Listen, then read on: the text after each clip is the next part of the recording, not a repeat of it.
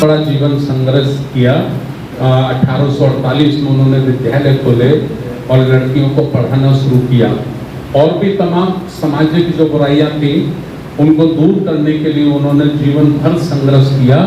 तो कम से कम ये बनता है कि हमारी भारत की सरकार को महिलाओं के सम्मान में, नारियों के सम्मान में माता सावित्रीबाई फुले को भारत रत्न से सम्मानित किया जाना चाहिए। ठीक है, 2 मांगे हो गई। तीसरी हमारी मांगे, जो भारत के बौद्ध हैं उनका पर्सनल कानून बनाया जाए, उनका पर्सनल लॉ बनाया जाए, क्योंकि हमारे बौद्धों की पाला भाषा अलग है, पाली है, हमारे संस्कार अलग हैं, हमारे धर्म गुरु अलग हैं और हमारा विश्वव्यापी बौद्ध धर्म की एक संस्कृति है, एक पहचान है। लेकिन हमारे भारत में मुसलमानों का पर्सनल लॉ है, ईसाइयों का पर्सनल लॉ है और बौद्धों का पर्सनल लॉ नहीं है। ठीक है ना, तो बनाया जाए। तीसरी हमारी ये है। चौथी मांग हमारी है, पाली भाषा को राष्ट्रीय 22 भाषाओं में सम्मिलित किया जाए, उन्हें 8वीं जो अनुसूची उसमें सम्मिलित किया जाए, है ना। क्योंकि पाली भाषा में ही बुद्ध का जो संदेश है, उनके जो धम्मोपदेश है पूरी दुनिया में पाली भाषा में है। लेकिन उसमें 22 भाषाएं तो हैं, ऐसी भाषाएं हैं जिनका आपने कभी नाम भी नहीं सुना होगा, लेकिन पाली भाषा उसमें शामिल नहीं है। अच्छा, हमको कुछ लोग कहते हैं कि साहब पाली इसलिए शामिल नहीं है कि पाली भाषा में आप बोलचाल नहीं करते हैं। तो मैंने उनको पूछा, भाई संस्कृत क्यों है?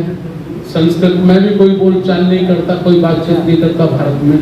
तो उन्होंने कहा संस्कृत इसलिए है कि जब हिंदू धर्म से ब्राह्मण कोई अनुष्ठान करता है तो वो संस्कृत भाषा में अपने मंत्रों का उच्चारण करता है। तो मैंने कहा हम बौद्ध लोग भी जब कोई शुभ काम करते हैं या कोई दूसरा काम करते हैं, हम तिल शरण करते हैं, पंचशील करते हैं, अष्टांग मार्ग करते हैं, सभ्य सत्ता करते हैं, तो हम भी तो पाली भाषा में करते हैं।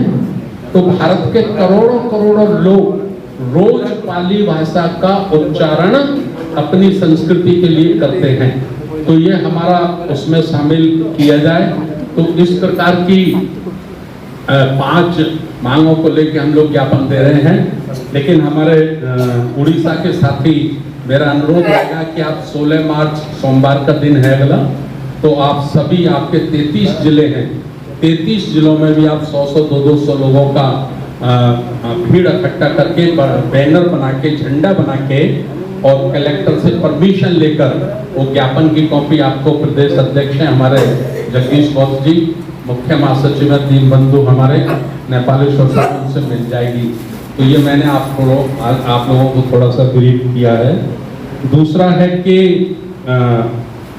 हम लोगों को जैसा मैंने आपको शुरू में बताया कि हमारा ये 20वां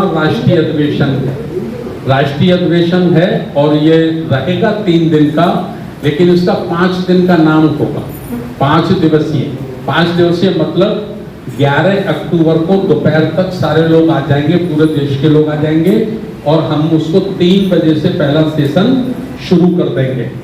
12 को हमारा फुल टाइम सेशन रहेगा, 13 को हमारा फुल टाइम सेशन रहेगा और 14 को हमारा खुला अधिवेशन होगा।